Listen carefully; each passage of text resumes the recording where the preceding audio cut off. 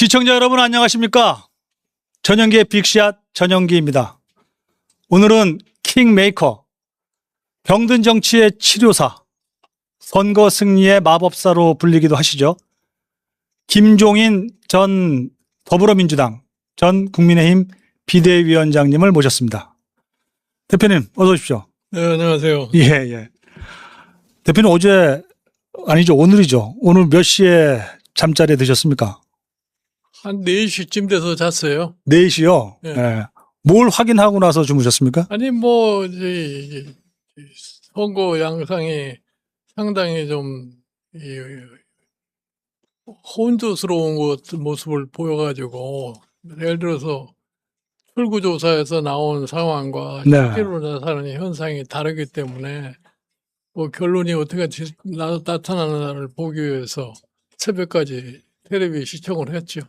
마지막 확인한 게 어떤 거였습니까? 마지막으로 확인한 게 이제 한동훈 후보가 밀리다가 과연 나는 처음서부터 한동훈 후보가 꼭 당선될 거라는 걸 내가 미리 얘기를 한 사람인데 거기 차질이 생기는가를 확인을 해야 할 필요가 있으니까 한동훈 후보가 당선됐다는 것을 확인하고 난 다음에 내가 잠자리에 들었어요. 그 위원장님 같으신 분도 좀 조마조마한 이런 마음도 좀 있으셨어요? 내가 별로 조마조마할 필요는 없는데, 그래도 정상적으로 유권자가 판단을 한다면은 한동훈 후보가 틀림없이 당선될 거라고는 나는 확신을 가지고 있기 때문에 끝까지 내가 희망을 놓지 않고 지켜봤던 거죠. 1.7%포인트죠, 차가. 예. 그 딱 끝나고 나서 한 대표랑 잠깐 인사도 나눈 걸로 제가 예상이 되는데 한 대표한테 무슨 당부를 하셨습니까? 예. 부산에 있는 사람한테 내가 더군다나 바쁜 사람한테 전화를 할 수도 없고 연락이 오진 않았겠어요? 예. 그냥 문자로만 축하한다고 전했을 뿐이에요. 어떤 마음가짐이 필요할까요? 한 대표는, 한동훈 후보는. 지금 한동훈 후보는 일단 초조하게 기다리다가 당선이 확정되고 난 다음에 대국민 소위 선언도 자기 스스로가 했고 그다음에 이제 앞으로 뭐를 어떻게 해야 할 거냐를 골똘하게 생각할 수밖에 없지 않나 이렇게 봐요. 아마 서울에 올라오게 되면 제일 먼저 우리 김종인 위원장님을 한번 찾아뵙겠죠? 모르죠. 본인이 의사에 달려 있는 건데 내가 보기에는 지금 한동훈 지금 이 당선자의 경우에는 그 사람이 지난번에 작년 대선을 앞두고서 국민의힘의 대선 경선에서 최종까지 가서 김문수 후보한테 지지 않았어요. 네. 그러니까 한동훈 지금 당선자의 궁극적인 목적은 자기도 좀 대한민국의 지도자가 돼야 되겠다고 하는 그런 생각을 갖다가 내재적으로 하고 있다고 생각을 해요. 그런데 그거를 위한 발판으로 이번에 출마를 해서 당선이 됐기 때문에 그 목표를 달성하기 위해서 앞으로 한동훈 당선자가 뭐를 어떻게 구상하는지는 이제 두고 봐야 할 일이라. 예. 이제 일단 그 얘기는 이따 더 자세히 나누기로 하고요. 어제 개표 결과를 잠깐 소개하면서 시작을 하겠습니다. 피말리는 개표 상황이었습니다. 광역단체장 선거로만 치면 민주당이 윤석열 정권 때인 2022년에는 5석, 광역단체 17개 중에 5석밖에 못 얻었죠. 그런데 요번에 치른 선거에서는 무려 12개를 얻었습니다. 아주 대단한 약진을 했고요. 다만 그 반대로 느껴질 부분도 있습니다. 국회의원 보궐선거인데요. 국회의원 보궐선거가 원래 14개였는데 이때 13개는 원래 민주당 의석이었습니다. 그런데 이번에는 9개로 확 줄어들었습니다. 그래서 뺏긴 곳이 우리가 다 봤다시피 부산 북갑의 한동훈, 경기 평택의 민주당에 뺏겼죠. 예. 국민의힘한테 뺏겼습니다. 그 다음에 대구 달성은 원래 이쪽 국민의힘 자리였고요. 그래서 울산 남구 등등에서 5개를 국민의힘이 얻게 되어서 어떤 변화가 국민의힘한테는 좀 상대적으로 많이 못 미쳤다 이렇게 결과가 나왔습니다. 위원장님, 이 두 개의 그 상반된 결과라고 할 수 있습니까? 어떻게 보셨습니까? 내가 보기에는 뭐 이번 지자체 선거를 앞두고 일반적으로 평가하기에는 까딱 잘못하면은 국민의힘이 지난 2018년 지자체 선거와 같은 결과를 갖다 가져오지 않겠느냐 했는데 뭐 실질적으로 나타나는 현상은 그때보다는 상당히 좋은 모습을 갖다가 보이는 거라고 생각을 해요. 이번 선거 결과를 보고 우선 사람 두 사람을 딱 꼽으라면 아까 말씀드렸던 한동훈 후보 1.7%포인트 차로 이겼고요. 또 하나는 또 한 분 역시 오세훈 시장 아니겠습니까? 아니 그러니까 뭐 목표 달성을 한 사람은 웃을 수도 있을 거고 자기 목표를 달성치 못한 사람은 눈물을 흘릴 수밖에 없는 그런 거 선거의 결과 아니에요? 야, 오세훈 시장은 0.65%포인트입니다. 뭐 이런 경우가 있었습니까? 근데 오세훈 시장은 내가 보기에는 이런 거를 지금 처음 겪는 게 아니라 지난 2010년에도 이와 비슷한 상태를 겪었어요. 처음에는 거의 패배가 짙어가지고서 그냥 사무실에서 집으로 들어가 버렸는데 네. 나중에 개표가 진행되는 과정 속에서 사실 살아나니까 다시 나왔다는 그런 경험도 가지고 있던 사람이에요. 그러니까 이번에 아마 초기에 상당히 밀리는 모습을 보였을 적에 또 더군다나 이 출구조사가 자기에게 불리하게 나왔을 적에 기다려보자 하는 얘기를 했던 건 뭐냐면은 어딘가 믿는 구석이 있는 거예요. 사실 오세훈 지금 시장의 강점은 뭐냐면은 강남 서초 이쪽에 아주 확고한 소위 지지계층이 있기 때문에 그 사람들이 결국은 이번에도 똑같이 오세훈 시장을 갖다 구출하지 않았나 이렇게 생각을 해요. 그때 오세훈 시장이 2010년이면 상대가 그 한명숙 전 시장 후보 예. 민주당에서요. 아, 그때도 막판에 그 뒤집혔군요. 그 막판에 뒤집어진 거죠. 아, 똑같은 상황이 지금도 벌어지고. 예. 아, 한동훈 특히 오세훈 후보는 아주 죽었다 살아났습니다. 그 뭐 옛말에 이제 우리 하는 말로 그 용궁 문고리 잡고 나왔다는 말도 있습니다만은. 그러니까 뭐 경험을 많이 했기 때문에 비교적 안정된 상태에서 아마 기다렸을 거예요. 개표 과정을. 그 다음에 이재명 대통령은 웃었나 울었나를 생각해 보면 뭐 울 건 아니지만 그래도 본인이 그 픽한 서울시장 후보 정원호 그리고 본인이 내보낸 부산 북구의 그 하정우 이런 사람들이 다 떨어졌어요. 이재명 대통령에 대한 선거 결과의 평가는 어떻게 봐야 되겠습니까? 내가 보기에는 뭐 정원호 서울시장 후보의 경우에는 이재명 대통령이 픽했다기보다는 본인이 자기가 성동구청장을 하면서 한 실적을 가지고서 그것이 일반 국민에게 소개가 돼가지고서 네. 그걸로 인해서 시장 후보가 되지 않았나 이렇게 생각을 해요. 그리고 뭐 이 하정우 이 후보의 경우에는 처음에는 이재명 대통령께서 이거는 AI 전문가로서 내가 데려온 사람인데 이게 왜 출마를 해야 되느냐 하는 이런 얘기를 하지 않았어요? 그거는 최종적에 가서 어떤 생각을 했는지 그 사람을 이 후보자로 내놓았기 때문에 가급적이면 자기가 데리고 있던 사람이 당선되기를 바랐겠지만 그게 떨어졌기 때문에 다소 섭섭한 생각을 할 수밖에 없겠죠. 그 정원호 시장은 사실 그 무명의 인사 아니었습니까? 예, 처음에. 예. 예. 그 이재명 대통령이 나랑 비슷한 사람 같다는 서 내가 나는 그 이재명 대통령이 그 사람을 갖다가 뭐 픽업했다고 생각하진 않아요. 네. 정원호 구청장 스스로가 자기가 구청장으로 쓴 업적이 밖에 소개가 됐기 때문에 그거를 바탕으로 해서 이재명 대통령도 얘기를 한 거지 무슨 아무런 근거도 없이 그냥 정원호 그냥 서울시장 후보가 되라 이런 것도 아니고 뭐 설사 이재명 대통령이 그렇게 얘기했다고 하더라도 당에서 공식적인 소위 경선 절차를 통해 가지고서 사실 말하면 삼선 의원들 다 제쳐버리고서 이 정원호 전 구청장이 후보로 확정이 됐던 거 아니에요? 그랬군요. 예, 예.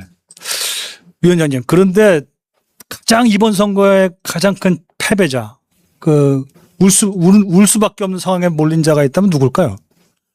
글쎄요, 이번 선거의 제일 큰 패배자는 큰 욕망을 갖고서 이번 선거에 임했던 사람이 평택의 조국 후보 아닌가 이렇게 봐요. 조국 후보가 그렇군요. 어떻게 될 것 같습니까? 앞으로의 정치적인 미래라고 할까요? 그야 뭐 이제 어느 정도 시간이 흐른 다음에 자기 나름대로의 목표 설정을 새로 해가지고서 그거를 위한 준비를 갖다가 할 수밖에 없잖아요. 대표님께서 저번에 저와 말씀 나눌 때는 사실 그때는 이제 조국이 상당히 기세가 올라갈 때인데 조국의 정치적인 운명은 사실 윤석열 때문에 있었던 거다. 이제 그 효용 가치가 사라진 거 아닌가? 뭐 이런 그러니까 말씀 한번 하시긴 하셨죠. 네. 사실은 이번에 선거에서도 조국 그 후보자는 마땅한 공격 대상이 없어요. 사실 이재명 정부를 공격할 수도 없고 하는 그런 처지에 있기 때문에 굉장히 애매모호한 상황에서 선거를 치르지 않았나 하니까 거기서 자기 빚을 발할 수가 없었다는 거죠. 네. 출마하지는 않았지만 가장 큰 그 비탄 속에 젖어 있을 사람은 역시 그 국민의힘 대표 장동혁 대표 아니겠습니까? 어떻게 보십니까?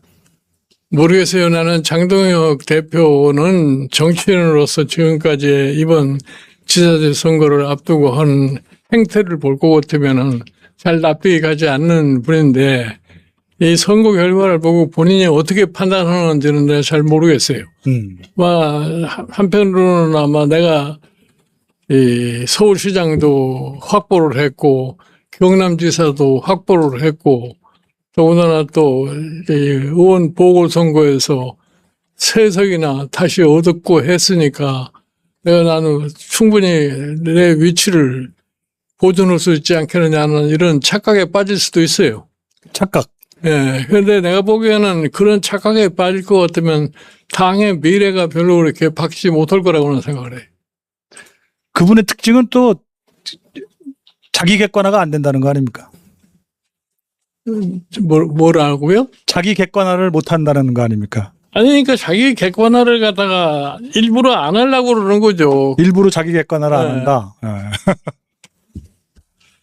내가 보기에는 하여튼 이번 선거 결과를 냉정하게 판단을 하면 본인 스스로가 어떠한 태도를 취해야 할 거라는 걸 갖다가 판단할 수밖에 없지 않나 이렇게 봐요. 나는 사실 내가 늘 그렇게 얘기를 했지만 이번 지자체 선거를 앞두고 이 장동혁 대표의 태도라고 하는 것은 정치인으로서 도저히 납득이 잘 가지 않는 거예요. 네. 사실은 이번 선거를 하는 과정 속에서도 잘 나타났습니다만 서울시장에 지금 오세훈 후보가 다시 당선이 됐는데 네. 서울시장을 선거하는 과정 속에서 오세훈 후보 쪽에서 장동혁 대표의 출연을 원치를 않았던 거 아니에요. 그렇습니다. 그러면 실질적으로 이 장동혁 대표는 이번 서울시장 선거에 아무런 영향을 미칠 수 있는 그런 역할을 못했다는 얘기예요. 그러면 이번 선거 결과를 판단을 할 적에 내가 그러면 왜 후보자들이 나를 갖다가 이렇게 방치했느냐 하는 거를 생각할 필요가 있을 거 아니에요. 내가 보니까 무슨 서울시장뿐이 아니고 뭐 이렇게 일반적으로 그냥 소도시에 출마한 시장 후보들도 장동혁 대표가 나타나는 것을 그렇게 달갑지 않게 생각하는 그러한 대표의 역할을 했던 거라고 말해요. 그러면 난 거기에서 자기 스스로가 지금 선거 결과를 놓고 봤을 적에 뭐를 어떻게 해야 된다고 하는 것은 스스로 판단할 거라고 나는 생각을 해요. 그게 그러니까 장 대표가 가장 울어야 될 사람인데 본인은 그냥 웃고 있는지도 모르겠습니다. 모르겠어요. 나는 뭐 이겼다고 스스로 망상이라고 할까? 제가 보기에는 그래도 어느 정도 이 정도면 그래도 괜찮지 않느냐 하는 이런 생각을 할 수도 있는 거예요. 그 대목이 가져오게 될 그 야권 정치의 그 치명상에 대해서는 좀 이따 더 짚어보기로 하고요. 위원장님, 이제 한동훈 시대가 열렸다고 볼 수 있겠습니다. 예. 한동훈 후보가 하정우 후보의 그 박빙 승리를 했는데요. 1.7%포인트로. 그 출구조사를 틀리게 만든 그 대역전승의 드라마. 예. 그것이 끝나고 난 후에 그 어떤 일이 벌어졌는지. 지금 저기 나오다시피 한동훈 후보가 43%, 그리고 하정우 후보가 41.3%네요. 예. 그 박민식 후보는 15.8%로 이제 그 갇혀버렸는데, 우리 한 대표의 그 모습 한번 들어보시겠습니다.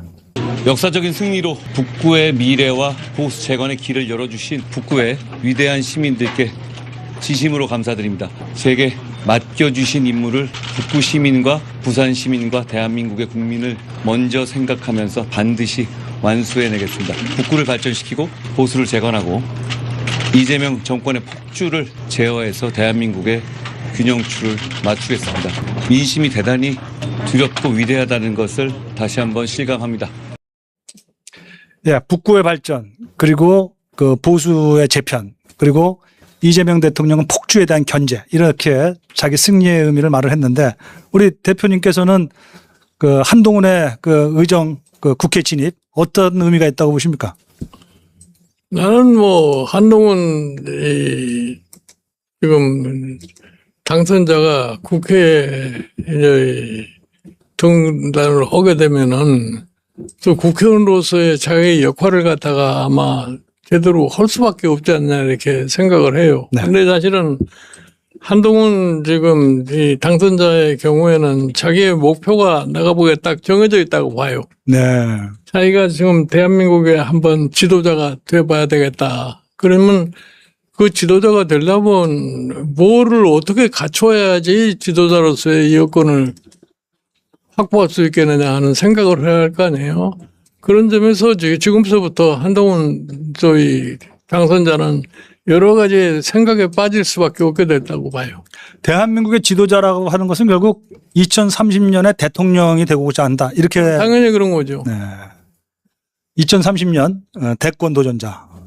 아직도 4년이나 많이 남아있기 때문에 그 과정에서 차기 총선도 한번 치러야 되고, 네. 그러고 난 다음에 뭐 대권 도전을 하든지 할 수밖에 없게 돼 있죠. 2028년 총선이 있고요. 2030년 대선이 있습니다. 그 과정을 계속 지켜봐야 될 시간인 것 같고, 그 외신들도 아주 상당히 많은 관심을 그동안 기울였습니다. 일본의 마이니치 신문이나 아사히 신문, 그리고 그 또 다른 그 여러 신문들도 한동훈 스토리를 아주 잘 다루긴 했는데, 그 어떤 논조인지 그 6월 1일자인가요? 마이니치 신문에 그것이 나왔다고 합니다. 한번 볼까요? 예.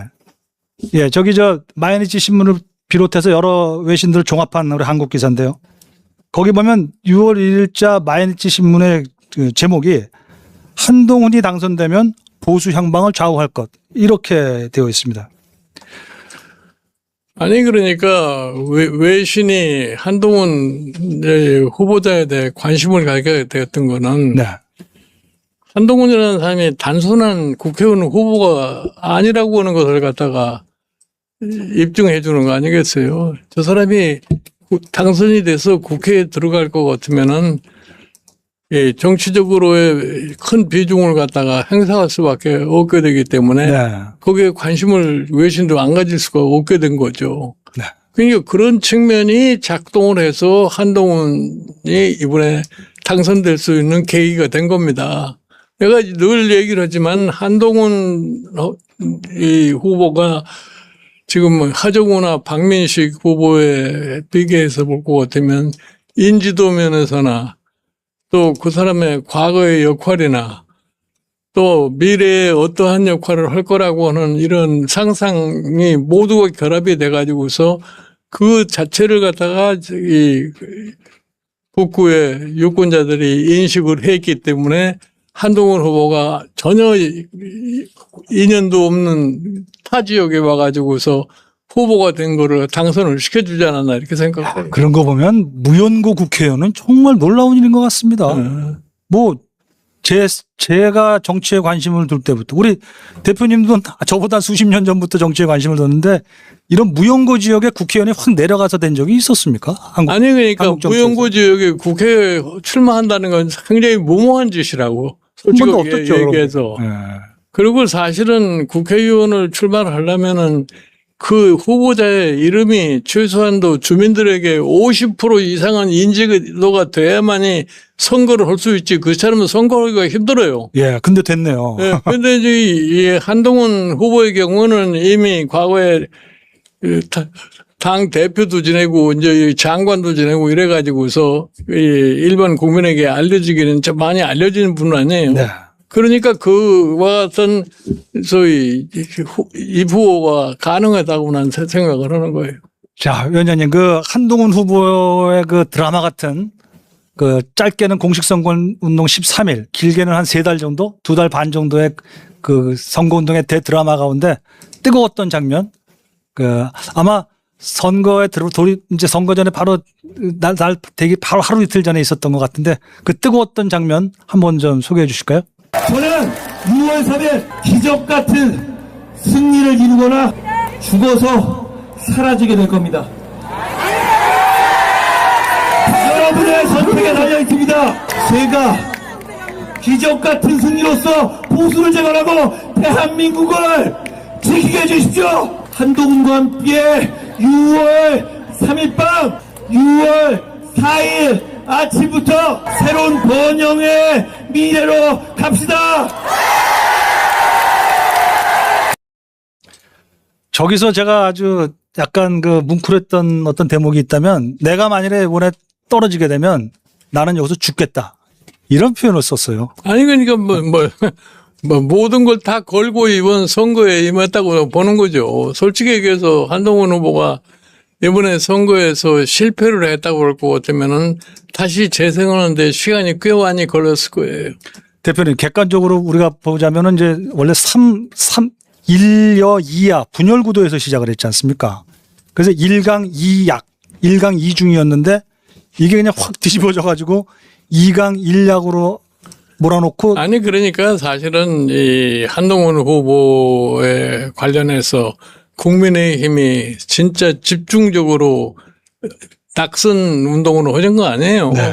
솔직히 말씀드려서 내가 최근에 보고 느끼는 게 뭐냐면은 이 국민의힘의 중진 의원님들의 네. 정치적인 안목이 그 정도 수준밖에 안 되느냐 내가 봤어요. 네.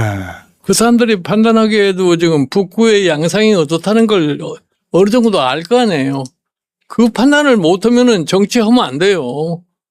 그런데 거기 가가지고서 뭐 되지도 않은 소리 이러고 저러고 한동훈 되지도 않은 소리들. 예. 비방하는 소리만 하고 있지가 않아요. 네. 심지어는 뭐 한동훈이가 뭐 외지부지 사람들을 갖다가 억지로 북구로 주민등록증을 옮기게 했다고 그렇습니다. 했다가 실질적으로 확인해 보니 거기 아니니까 또 변명을 하고 그것이 지금 사실은 어떻게 보면 내가 굉장히 미안한 얘기지만 국민의힘에 있는 중진 의원들이 북구해 가지고 박민식이 찬조 연설을 했다는 사람들의 내가 그 분야를 너무 잘 알아요. 네. 어떤 형태의 정치인들이라는 거를. 그러니까 사실은 오늘날 이 국민의힘이 지금과 같은 모습을 보이는 건 뭐냐면은 당의 중진 의원들이라는 사람들의 정치적 안목이 너무나 참 이제 치졸하기 때문에 결국 가서 오늘날 이 국민의힘이 지금과 같은 상황을 겪지 않을 수가 없게 되어 있는 겁니다. 대표님, 이걸 한번 짚어보죠. 한동훈 후보가 박민식을 따돌리고 하정우를 잡을 수 있었던 그 이유, 그 원인, 승리의 원인은 어떻게 정리할 수 아니, 있겠습니까? 승리의 원인이라는 것은 이 박민식은 자동적으로 그 주민들에 의해서 따돌릴 수밖에 없게 돼버린 거 아니에요. 유권자에 의한 단일화가 됐군요. 한동훈이가 뭐 의도적으로 박민식을 따돌리는 것이 아니라 박민식 스스로가 주민들에 의해서 소외될 수밖에 없는 상황이 된 거죠. 네. 그러니까 지금 한동훈 지금 후보의 경우에는 대상이 박민식이가 아니고 하정우니까 하정우를 상대로 해서 얘기를 하는 거예요. 그런데 이제 박민식이는 결국은 하정우도 상대를 하는 거지만 한동훈이를 그냥 계속 물고 늘어졌던 거 아니에요. 그러나 그게 북구 주민에 대해서 안 맥히니까 결국 가서 본인 스스로가 거기서 제외돼 버리고 결국 나중에 하정우 대 한동훈의 싸움이 될 수밖에 없게 된 거죠. 하정우 후보는 그 무적함대라고 표현을 합니다. 이재명 대통령 그 부산시장 하는 그 후보요. 부산시장 된 분, 그 전재수 시장. 그 사실은 3자가 무적함대를 이뤘다고 했는데 그거 어떻게 격파를 한 겁니까, 한동훈? 무적함대라는 게 선거에서 존재할 수가 없어요. 아, 이 유권자가 지지를 안 하면은 고만이지 가지고 무적함대가 어디 있어요? 솔직히 얘기해서 처음에 누가 나보고 이런 얘기를 해요. 한동훈이 절대 안 된다 그래요. 왜 안 되느냐 했더니 전재수가 시장 후보로서 한동훈이 손잡고서 밤낮 댕기면은 전재수와 하정우 같이 당선될 수밖에 없다. 실제로 그런 효과가 있긴 있었습니다. 그러니까 한동훈이 안 된다 그랬어요. 예. 그러나 그게 별로 의미가 없는 얘기다. 내가 그래서 얘기를 한 거예요. 하정우라는 사람하고 한동훈이하고 일반적으로 비교를 했을 적에 이 하정우라는 이 후보가 무슨 AI 전문가인지는 모르겠으나 정치적으로는 그 사람이 별로 그렇게 인맥이 없는 이름이 사람이라고. 없었죠. 이름이 안 났죠. 예. 그러니까 저희 한동훈이는 계속해서 자기 위치를 갖다가 확고하게 해나간 거 아니에요. 그거를 북구 주민들이 믿어준 거죠. 야. 심지어 북구에 있는 애들까지 한동훈이를 좋아한 거 아니에요. 애들까지. 그러니까 그 자체가 북구의 분위기가 어떻게 변하고 있다는 것이 입증된 사례라고 난 봐요. 위원장님 그 민심 앞에는 무적함대가 없다. 이 말 참 또 당연한 거죠. 기억에 남을 말씀하셨습니다. 권력이 아무리 세다고 해도 국민은 못 이겨요. 권력이 아무리 세다고 해도 국민은 뭐 이길 수가 없는 거라고. 아, 예. 그러니까 사실 선거라고 하는 것이 뭐 때문에 중요하다고 생각하느냐. 네. 평소에 국민들이 마음속에 가지고 있는 거를 갖다가 선거 때 다 표출하는 거 아니에요. 예. 보통 때는 얘기를 할 수가 없으니까. 그게 내가 늘 얘기하고 그러는 거예요. 이 정치하는 사람, 특히 집권자들이 주의 있게 생각할 게 뭐냐면 평소에 제도적인 정보기관이 제공하지 못하는 정보를 선거 때가 되면 한꺼번에 쏟아 나오는 거다 이거예요. 그게 유일하게 선거만 네. 그러니까 선거 결과에 대한 제대로 된 분석을 해가지고서 거기에 따른 정책을 하지 않을 것 같으면 그 정치는 성공할 수가 없어요. 야, 오늘 위원장님 참 대단한 말씀도 하셨습니다. 예. 유일한 선거를 통해서 유일하게 민심을 읽을 수 있다. 그야 뭐 거의 고대 정치사에서부터 지금까지 내려오는 얘기인데 뭐. 근데 볼 때마다 권력자들은 그걸 까먹죠. 아니 그러니까 권력자들은 그러니까 시대의 변화가 뭔지를 모르고 까먹어요. 예를 들어서 내가 예를 들어서 보면 우리가 불란서에 근대 불란서에서 가장 위대한 사람을 드골이라고 얘기를 하잖아요. 드골, 예, 1960년대 대통령. 드골이 1958년에 참 갑자기 등장을 해가지고 제5공항을 만들고 오늘날 불란서에 위치를 갖다가 드골이 다 만든 사람 아니에요. 예. 아주. 근데 그 사람이 1965년에 대통령에 재선을 하려고 출마를 했는데 국민들이 제1차 투표 때 뽑아주질 않는 거예요. 아하. 그래가지고 2차 투표 때 그 사람이 된 거예요. 예, 예. 그만큼 국민이 변했다는 걸 갖다가 알아야 되는데 그분은 그걸 인정을 안 해. 그래가지고 자기가 1958년에 제5공화국 수립하고 얘기했던 그때 방식을 그대로 적용하는 거예요. 아하, 그렇습니다. 예. 그러니까 국민들이 거기에 순응을 할 수가 없고 그렇게 되니까 결국은 10년 집권한 68년에 국민들의 성화에 의해서 물러날 수밖에 없게 된 거 아니에요. 그렇습니다. 이게 권력이라고 하는 게 그러니까 시대의 변화, 국민의 의식의 변화를 제대로 적응하지 못하면 그건 실패할 수밖에 없어요.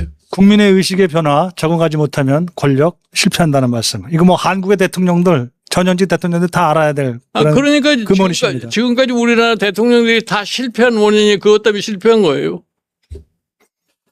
위원장님, 그 별의 순간이란 말을 만들어내셨어요. 예. 근데 벌써 1년도 더 된 2025년 4월입니다. 그때 국민의힘 대선 경선 때인데 그때 대표님께서 한동훈 당시 대선 경선자를 향해서 별의 순간이 가까워 왔다라는 취지를 말씀하셨는데 그거 한번 그때 장면 한번 보실까요?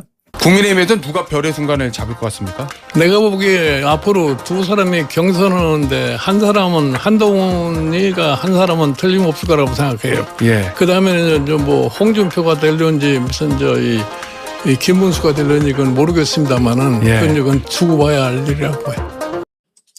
대표님, 2026년 6월 4일 오늘 이 시점에서 한동훈의 별의 순간 얼마큼 가까워졌습니까? 아니 사실은 한동훈이가 이번에 당선이 됐기 때문에 별의 순간을 잡은 계기가 될 수가 있어요. 근데 별의 순간을 잡는다는 것은 성공을 하지 않으면 의미가 없어요. 네. 별의 순간을 잡아봐야 별의 순간을 잡은 사람은 반드시 성취를 해야 되는 거예요. 예를 들어서 우리가 세계 정치인 중에서 예를 들면은 마가렛 태처 같은 사람, 마가렛 태처 영국 네. 총리, 예. 또 뭐 독일의 아데나워 수상 같은 사람, 아데나워. 예. 그런 사람들은 별의 순간을 잡아서 나라를 제대로 이끌었기 때문에 성공한 사람들이에요. 네. 그러나 별의 순간을 잡았다는 것 자체만이 별로 의미가 없어요. 그래서 그 순간을 잡으려면은 부단한 노력을 해가지고서 나라를 어떻게 좋은 방향으로 끌고 갈 수 있다는 준비를 철저하게 해야만 되는. 대표님, 별의 순간을 잡는 것 자체가 중요한 의미가 있는 게 아니라 별의 순간을 잡고 나서가 더 중요하다. 아, 그런 거죠. 그 한동훈 대표한테 하고 싶은 말씀이 그 말씀이시겠어요? 그러니까 내가 솔직히 얘기해서 대한민국에서 지도자가 되려고 생각하는 사람은 제발 좀 우리나라의 현실에 대한 좀 제대로 된 인식을 해가지고 무엇이 우리나라 미래를 위해서 꼭 필요한 것인가 이런 걸 준비를 해가지고서 해결을 하는 그런 비전을 제시를 해야 된다는 얘기예요. 별의 순간에 한 발짝 더 가까이 간 한동훈 대표에게 한두 마디 말씀 좀 해주시죠. 어떤 조언 더 구체적으로 주시겠습니까? 아니 그냥 앞으로 이제 그런 노력을 하도록 사실 내가 권고를 하려고 그래요. 더 한 발짝 더 들어간 말씀? 네, 지금 사실은 솔직히 얘기해서 이 지도자가 되고 싶은 사람이 생각만 지도자가 되겠다고 생각한다고 지도자가 되는 게 아니에요. 네. 지도자가 되려면 부단한 노력을 할 수밖에 없어요. 그리고 제발 좀 사소한 일에 너무나 그냥 적극적으로 임하는 그런 모습을 보이지 말아라 이러네요. 그러다 내가 보니까 그래서 한동훈 대표가 지금 제일 교육 있게 해봐야 할 거면 이번 선거하는 과정 속에서 그런 점이 많이 탈피가 됐다고 생각하는데 몸에 배어있는 검사의 체질을 완전히 제거를 해야 돼요. 예. 그래야만이 제대로 된 정치인, 제대로 된 지도자가 될 수가 있어요. 그렇군요. 이번에 좀 많이 뺐습니까? 검사의 피를? 이번에 하는 행동을 보니까 많이 달라졌다고 생각을 해요. 그 시장에서 털퍼덕 주저앉아서 그러니까 막 먹고. 지금 이번 선거를 통해서 밑바닥을 기는 그런 모습을 보여주지 않았어요? 그 부인 진은정 여사도 아주 털퍼덕 주저앉아서 그렇게 같이 아니, 했던 것 같더라고요. 그야 선거라는 게 이겨야 되기 때문에 급하면 다 무슨 짓든지 할 수 있는 거예요. 그런데 그거를 그 순간만 한다고 생각하지 말고 이거를 어떻게 꾸준히 할 수 있는 그러한 자세를 갖는 것이 중요한 거죠. 한 대표는 그 검사의 피를 빼라. 이게 오늘 위원장님께서 주시는 그 별의 순간을 맞이하기 위한 그 The First Advice입니다. 자, 이제 그 오늘의 빅샷 김종인 대표님과 함께하고 계신데요. 잠시 그 광고 시청하고 오시겠습니다. 아니 왜 아직도 3년간 같은 통신사 인터넷 계속 쓰고 계세요? 인터넷 비교 원할 땐 인터넷 가입 서경석도 인터넷 가입을 원할 땐 비교 원.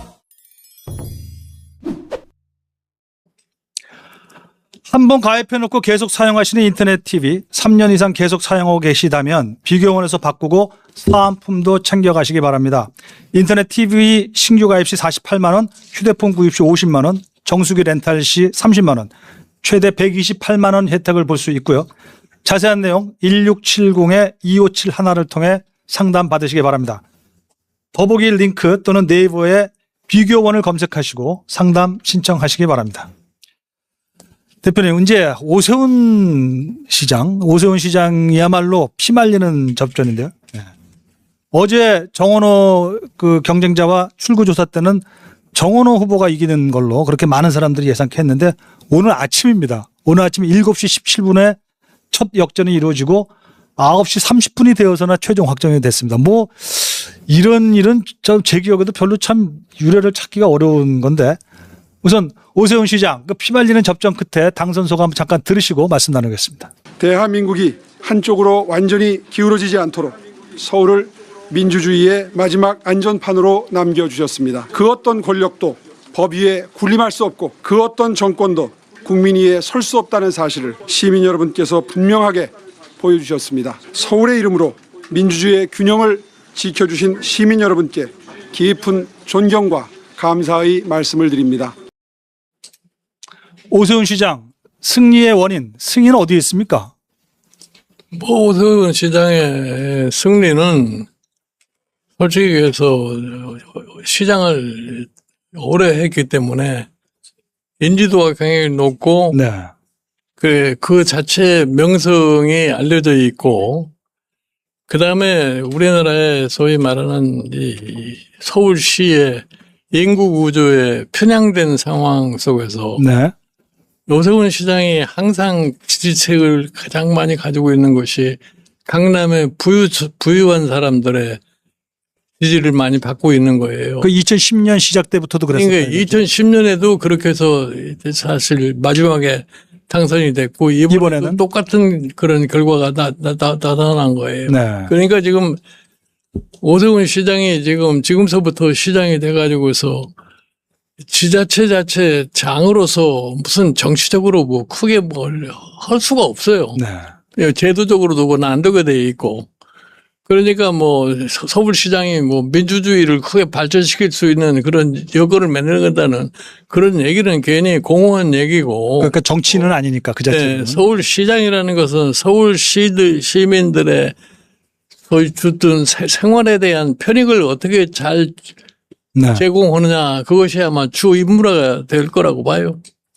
오세훈 시장의 그 승인 중에 하나가 이제 각각 강남 3구 부자 동네 말씀하셨는데 또다시 뒤집어 얘기할 다른 방식으로 표현하면 그 부동산이죠. 아니 그러니까 네. 우리나라에 지금 부동산 문제가 선거에 영향을 미치는 게 지금 지난 소위 2021년 서울시장 보궐선 때도 그래요. 그때 그 김 위원장님께서 그러니까 그때 책임지고 치르셨죠. 오세훈 시장을 데리고.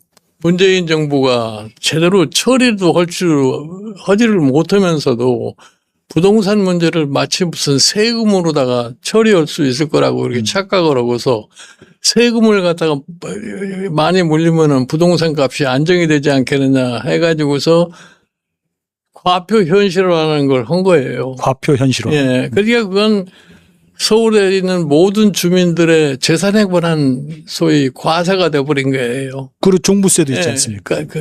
그래서 그거에 대한 반발로 결국 가서 당시에 민주당 후보가 오세훈 후보한테 엄청난 차이로다가 패할 수밖에 없었던 거예요. 그런데 이번에도요. 그래서 이번에도 또 우리 이재명 대통령께서 뭐 초창기서부터 무슨 부동산 무슨 소위 세금 문제를 갖다가 자꾸 거론하고 뭐 그렇게 되지 않았어요. 그러니까 자연적으로 지금 이 강남 일대 뭐 상도동 뭐 성동구 이런 데까지 지금 부동산 문제가 상당히 심각한 양상을 갖다 보이고 있는데 그것이 영향을 미칠 수밖에 없게 돼 있어요. 보면 자가, 전세, 월세 이 세 가지가 아주 씨가 말랐다고 하는 정도입니다. 이재명 대통령의 그 정책과 솔직히 얘기해서 원행으로요. 선거 때 세금을 얘기하는 그 미련한 정치를 하면 안 돼요. 이재명 대통령. 예, 그러니까 사실은 세금을 가지고서 부동산 투기를 갖다 잡는다는 그 발상 자체가 잘못되어 있는 거예요. 예?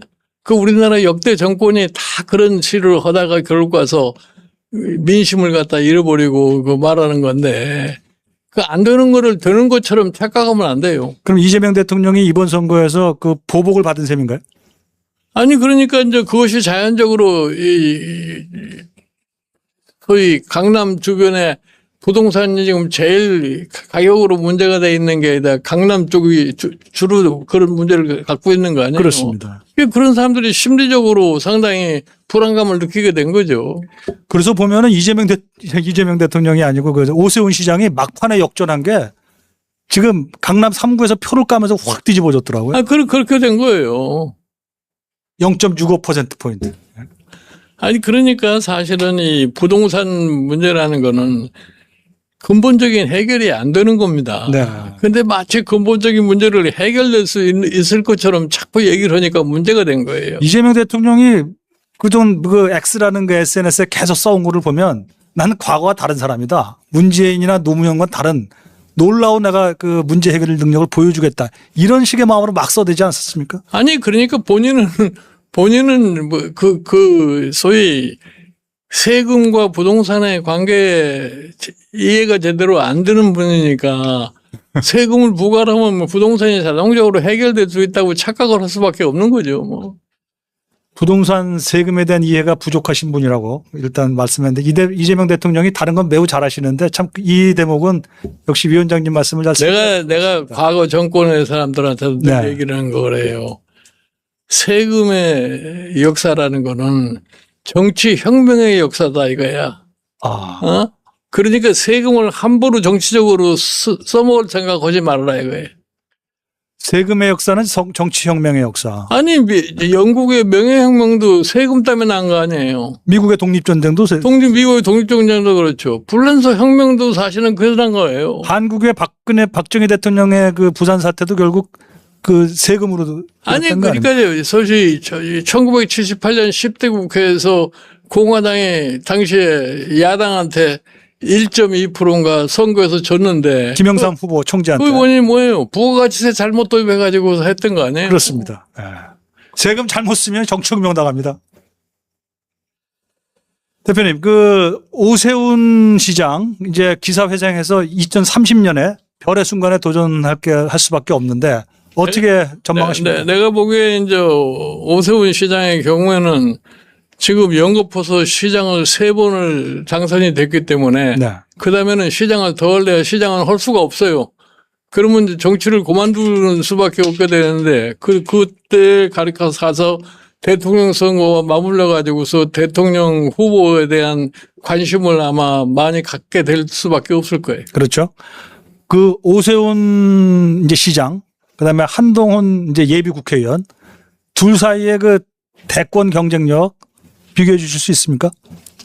내가 보기에 이 오세훈 시장이 시장직을 유지하면서 대권에 도전하려고 하는 준비하기가 힘들 거예요. 네. 예를 들어서 지금 전에 이명박 대통령을 보면은 이명박 대통령은 서울시장 한 번 하고 난 다음에 그다음에 시장 그만두고 나서 대권에 도전하게 된 사람 아니에요. 그게 2006년에 시장을 관두고 그렇죠. 2007년에 대권 도전 선언을 하죠. 네. 네. 근데 지금 딱 붙어 있군요. 2030년에. 네. 지금은 서울시장 다음 지자체 선거하고 대통령 선거하고 거의 비슷해요. 그러네요. 2030년 6월에 지방선거고 2030년 5월에 대권 선거입니다. 그러면 이게 시장을 하는 임기 중에 대선에 도전해야 되는 그런. 그렇지. 그런 점도 어떤 경쟁력 비교의 어떤 한 기준이 되겠군요.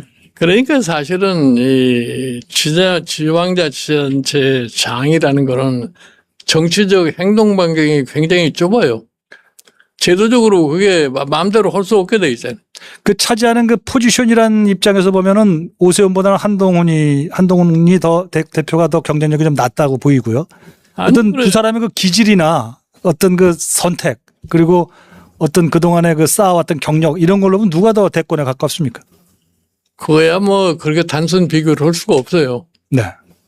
누가 정치력을 갖다가 더 많이 발휘할 수 있느냐 하는 게 달려 있는 거지. 내가 보기에 국회의원 하는 사람이 정치력을 발휘할 수 있는 행동 방향이 훨씬 더 높다고 봐요.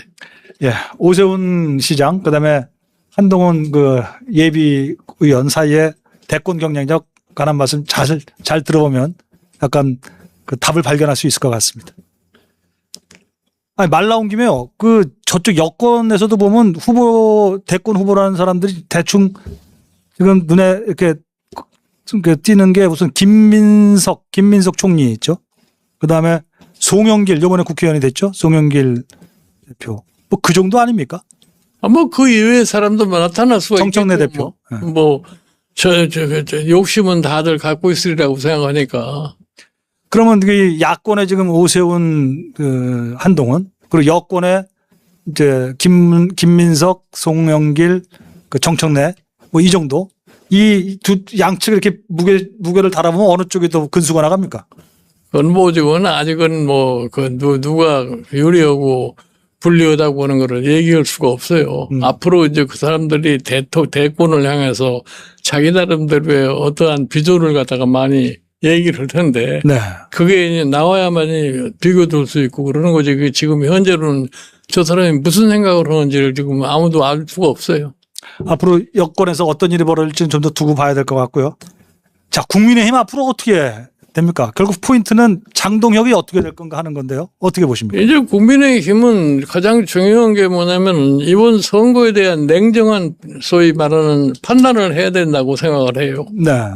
이번 선거가 왜 이렇게 끝이 났느냐 하는 것을 갖다가 생각을 하고 당이 무엇을 어떻게 해야 되느냐 하는 것을 갖다가 생각을 해내야 되는데, 제가 참고적으로 말씀을 드리면은 2018년 지자체 선거에서 패하고 난 다음에 네. 그 당시에 자유한국당이라는 게 있지 않았어요. 그렇습니다. 그 자유한국당을 한 1년 지자체 이후에 이끌어가면서 그다음에 이제 황교안이라는 분이 당 대표가 되지 않았어요. 그렇습니다. 예. 그 황교안이라는 분이 당 대표가 돼가지고서 2020년 총선을 2020년 총선. 예, 총선을 앞두고서 보수 대통합을 하지 않았어요. 그렇습니다. 예. 그래서 미래통합당이라는 걸 만들었는데, 근데 미래통합당을 만들었는데 결과를 보니까 엉망이 돼버린 거 아니에요. 네. 어? 그러니까 지금도 그와 같은 소위 누를 범하지 않아야 된다 이거예요. 막연하게 지금도 뭐 우리가 보수 결집, 보수 통합 이런 식의 방식을 가지고는 국민의힘이 미래가 별로 밝지 않다고 보여요. 그때는 그래도 황교안 대표가 어쨌든 선거 지고 나서 관뒀습니다. 그 선거 지고 났으면 당장에 그만둔 거죠. 그러면 장동혁 대표는 지금 관둡니까? 장동혁 대표는 이번 선거를 갖다가 자기가 졌다고 생각을 안 하는 거잖아요. 아까 얘기한 망상 자기 객관 불능자? 예. 지금 장 대표가 스스로 얘기하기를 서울과 부산시장 선거가 내 정치적 생명에 달려있다 이렇게 얘기했는데, 부산시장 선거는 어떻습니까? 졌죠. 서울시장 선거도 장 대표가 안 갔기 때문에 이긴 겁니다. 어떻게, 그럼 장 대표 말대로 약속을 지켜야 될 것 같다는, 지켜야 된다는 얘기가 많은데 말이죠. 내가 보기에는 뭐 그 약속 지키기 기대한다는 것이 좀 힘들 거라고 봐요. 결국 국민의힘 당내, 특히 중진들이라고 하는 사람들의 어떤 선택과 방향이 중요할 텐데요. 지금 이제 당장 다음 주 정도면은 다음 주일 겁니다, 아마. 10일 내에 원내대표 선거가 있게 됩니다. 한동훈 대표 측에서 나오는 소리는 영남 의원들이 대거 변화가 있을 것이다. 영남 의원들이 바뀌고 있다. 뉴 한동훈 세력이 될 것이다. 뭐 이렇게 얘기를 해서 의원들의 변화가 있을 것 같다고 합니다. 원내대표 선거가 대표가 누가 되느냐에 따라서도 어떤 영향이 연결될 것 같은데, 어떻게 원내대표 상황과 내가 보기에는 뭐 해석하십니까? 원내대표가 누가 되든지 간에 당이 근본적으로 변하기는 어려울 거예요. 아, 그렇습니까? 네. 근데 지금 이 한동훈 대표를 계속 지지했던 사람이 이제 김도우 부산 의원입니다. 그리고 한동훈을 지지하진 않지만 그래도 중간적 입장에서 한동훈의 복당의 문을 열어놓겠다고 하는 분이 성일종 충청도 의원이에요. 그 다음에 친윤 입장이라고 할 수 있는 정점식 의원, 경남이죠. 이 세 사람이 서로 이제 원내대표를 각축을 하게 된다고 하는데, 만일에 김도우 의원이나 이런 분들이 되면은 복당의 문이 열리지 않겠습니까? 어떻게 봅니까? 나는 내가 보기에 지금 이 국민의힘 내부에 있는 중진 의원이 당이 당면하고 있는 여러 가지의 문제점에 대해서 그렇게 심각성을 갖고 있지가 않아요. 그러니까 사실은 국민의힘이라는 거를 내부적으로서 변화한다고는 나는 굉장히 어렵지 않나 이렇게 생각을 해요. 그러면 한동훈 이제 국회의원은 그냥 무소속인 채로 계속 그 2년이고 3년이고 갈 수밖에 없나요? 그러니까 한동훈 지금 당선자는 복당을 빨리 서두를 필요가 없어요. 복당은 서두를 필요가 없다. 예, 복당을 서둘 필요가 없고 지금 이번 선거를 끝나고 난 다음에 당이 어떤 소위 자세를 갖다 보이느냐를 관찰할 필요가 있어요. 네. 그 내가 보기에 이 당이 이제 앞으로 한 몇 달 동안은 내부적인 진통을 좀 겪을 수밖에 없을 거예요. 그리고 그 진통을 겪는 과정 속에서 당을 앞으로 어떻게 끌고 가야 될 거다 하는 그런 방안이 나올 수 있을 거라고 봐요. 그 당대표에서 내려오라고 하는 세력과 내가 결단코 내가 내려갈 수 없다고 하는 장동혁, 이 양자의 충돌이 되겠군요. 그럴 수밖에 없는 거죠. 이럴 때는 어떻게 결론이 나게 됩니까? 그러니까 방법이 사실은 선거라고 하는 것을 통해서 그것이 결정이 되게 돼 있는 건데. 그것도 안 받겠다는 거 아닙니까? 이번 선거가 결과가 좀 애매모호하게 돼가지고서 지금 그런 결단을 갖다가 내 기대하기가 굉장히 어렵게 돼 있어요. 뭐 장동혁 대표 측에서 나오는 말은 이제 자기가 재신임을 묻겠다. 온라인을 통해서 당원 신인 투표를 받겠다 이런 말을 한다는데 그 당원들은 또 무슨 부정선거 음모론자들이 꽤 많이 있어서 또 다시 또 재신임 되는 거 아닙니까? 내가 보기에는 당원도 이제 생각을 많이 달리 할 거예요. 네. 예를 들어서 이번에 기초단체장 선거에서도 많이 패했고 그다음에 소위 말하는 이 시의원 뭐 도의원 이런 데도 많이 패하지 않았어요.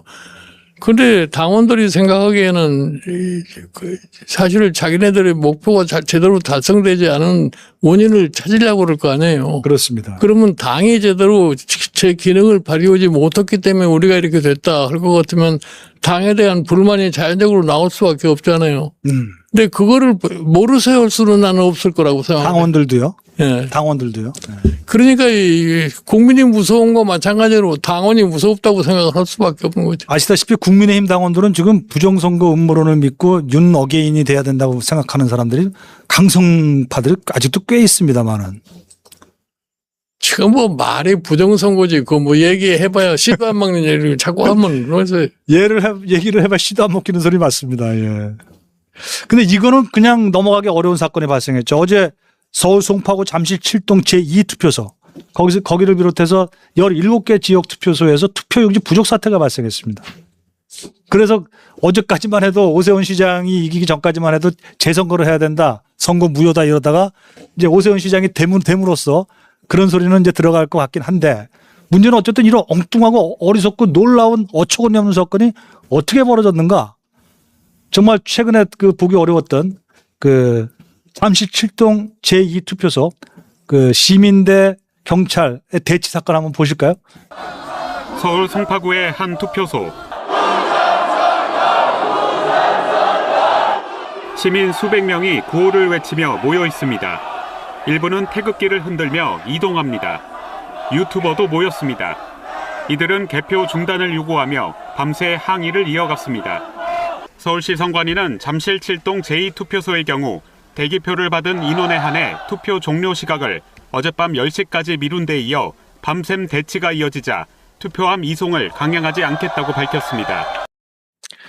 무슨 종이가 없어서 투표를 못하는 이런 일도 참 처음 보는 일인데 중앙선관위 도대체 왜 이런다고 보십니까? 아니, 난 내가 보기에는 이번 사실은 투표용지가 모자라서 투표를 할 수 없었다고 하는 거는 대한민국 역사에 있어 본 적이 없는 일이에요. 예. 아니, 선관위가 무슨 돈이 없어서 인쇄를 못한 것도 아니고 나는 어저께 거짓나라도 아니고 말이죠.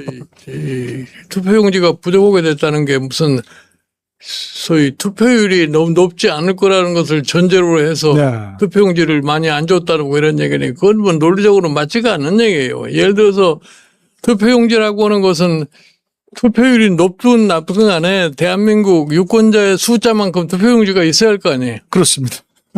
그렇죠. 그러니까 나는 이게 지금 뭐 처음에는 오세훈 후보도 그렇고 당에서도 강력하게 무슨 조치를 요구하는 것 같다가 지금 뭐 오세훈 후보가 당선이 되니까 또 흐지부지 이렇게 하는 것 같이 보이는데 나는 이거는 뭐 정부 차원에서라도 철저하게 규명을 해가지고서 책임질 사람은 책임을 질 수밖에 없지 않나 이렇게 봐요. 이재명 대통령이 그 투표용지 부족 사태에 대하여 매우 큰 유감이다. 책임을 물어야 한다. 이렇게 얘기를 했는데 결국 책임을 질 사람은 첫째 중앙선관위원장 노태학 대법관. 아니 그 중앙선관위원회가 책임을 질 수밖에 없는 거죠. 근데 노태학 대법관도 물러날 때도 됐어요. 이 말이 참 누구한테 책임을 물어야 될까요? 그러면 우선 사무총장을 쫓아내야 되겠네요. 아니 그 결국 가서는 내가 실무로 담당한 사무총장이 책임을 질 수밖에 없는 거죠. 뭐. 제가 1988년부터 정치 취재를 했는데 무슨 종이가 없어갖고 투표를 못합니까 이거? 너무 화가 납니다. 상식에 의해 사태가 벌어진 거라고 보는 거죠. 이걸 또 부정선거, 조직적 체계적 부정선거라고 또 생각하는 그런 사람들도 또 있으니 말이죠. 이거는 뭐 선관위가 잘못해가지고서 생겨난 거지. 이 자체가 무슨 부정선거하고는 관계가 없는 얘기를 하죠. 맞습니다. 이제 이재명 정권 오늘 취임 1주년입니다. 6월 4일인데요. 그동안 참 잘한 게 좀 더 많은 것 같습니다. 왜냐하면 대통령 이재명 정권이 신임을 받지 않았습니까? 다만 우리가 우려할 것도 꽤 있습니다. 잘한 것과 잘못한 것 뭐 몇 가지 추려 주시겠습니까? 이재명 정권이요? 네, 1년 동안. 아니 무슨 뭐 솔직히 얘기해서 뭐 특별히 잘하고 뭐 특별히 못한 거를 갖다가 지금 집어내기가 굉장히 어려워요. 네. 아까 말씀하셨던 일단 부동산 부분은 좀 이게 정부 이기는 시장 없다. 이런 발상법에서 시작했는데 그건 여전히 기본적으로 문제가 되겠고. 아니 그러니까 무슨 부동산 얘기가 나면은 정부가 마치 뭐 부동산 문제를 금방 해결할 수 있는 것처럼 얘기를 하는데 그게 기본적으로 잘못된 얘기예요. 네. 아무튼 이재명 대통령이 그거는 좀 생각을 다시 한번 해보면 좋을 것 같고요. 다만 누가 뭐래도 증시 8천 돌파 9천 가까이 접근한 사건. 이거는 이재명 대통령의 업적 아닙니까? 나는 정권 시장이 지금 달아오르는 그 자체를 갖다가 대통령의 업적으로 생각하면 좀 곤란하다고 봐요. 그렇습니까? 네. 왜 그렇죠? 그래도 몇 가지 법적 조치를 취했지 않았습니까? 뭐 정권 시장에도 저거 정부가 무슨 조치를 해가지고서 정권 시세가 올라간 거예요. 예를 들어 주주 이익을 더 높이겠다는 거라든가. 뭐든 솔직히 해서 감시 의무를 강화시켰다든가. 지금 이 정권 시세가 올라간 거는 AI에 대한 특수 수요가 발생을 해가지고서 반도체 경기가 활성화되는 바람에 저게 같이 올라가게 된 거지. 그게 제일 큰 원인입니까? 뭐 다른 원인이 있는 게 아니에요.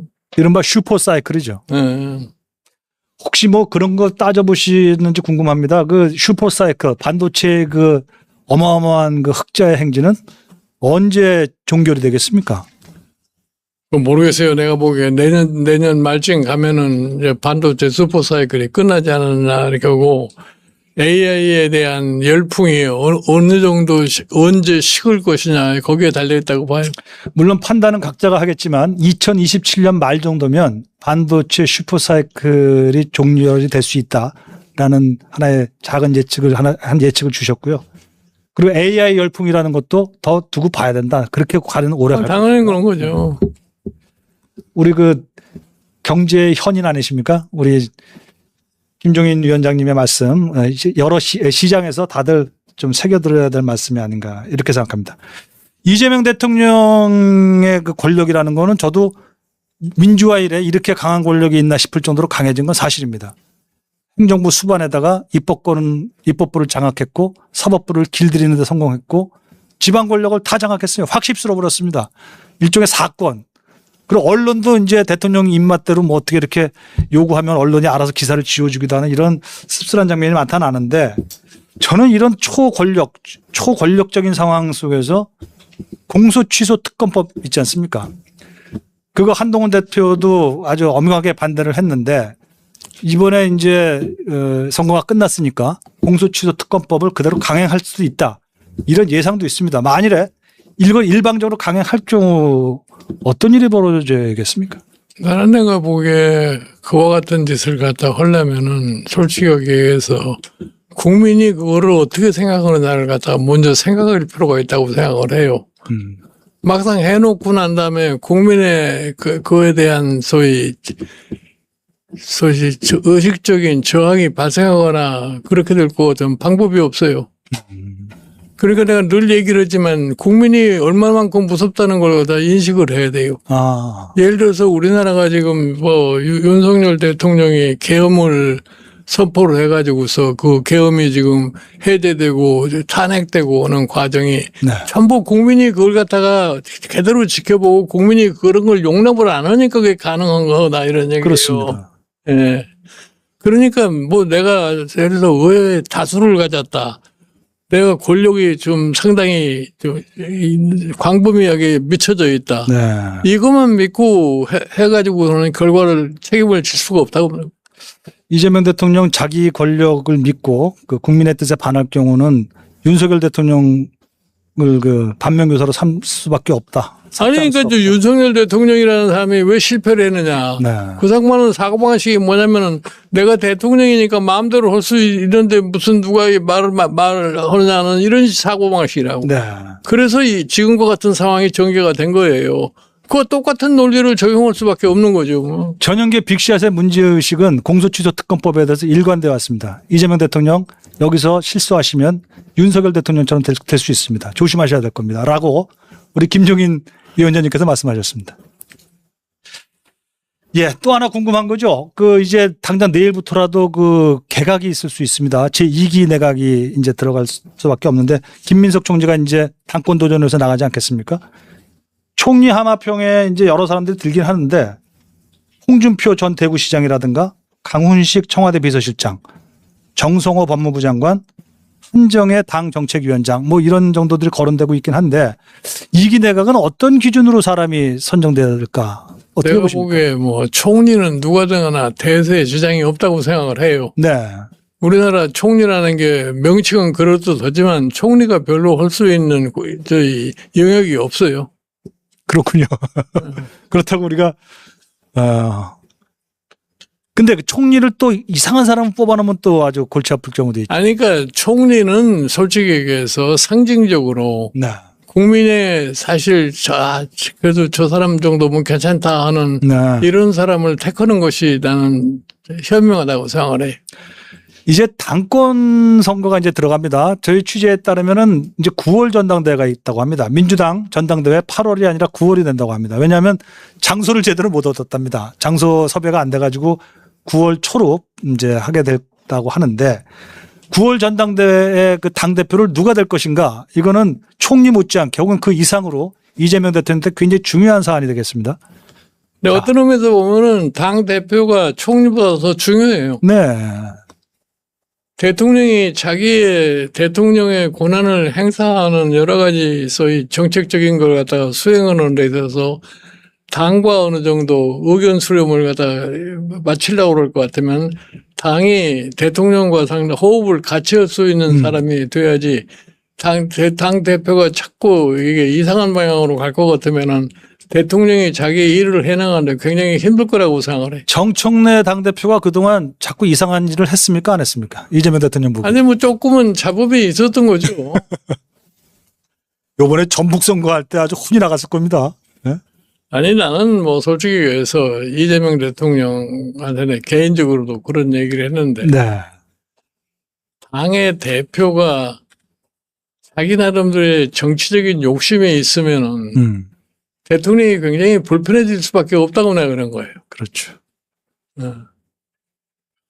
그러나 좀 임기가 점점 다가오게 되면은 그 당대표의 역할이 굉장히 중요하다고 생각을 한 거예요. 근데 그때 1기 당대표 선거 때 대통령의 뜻에 사실 원치 않은 정청래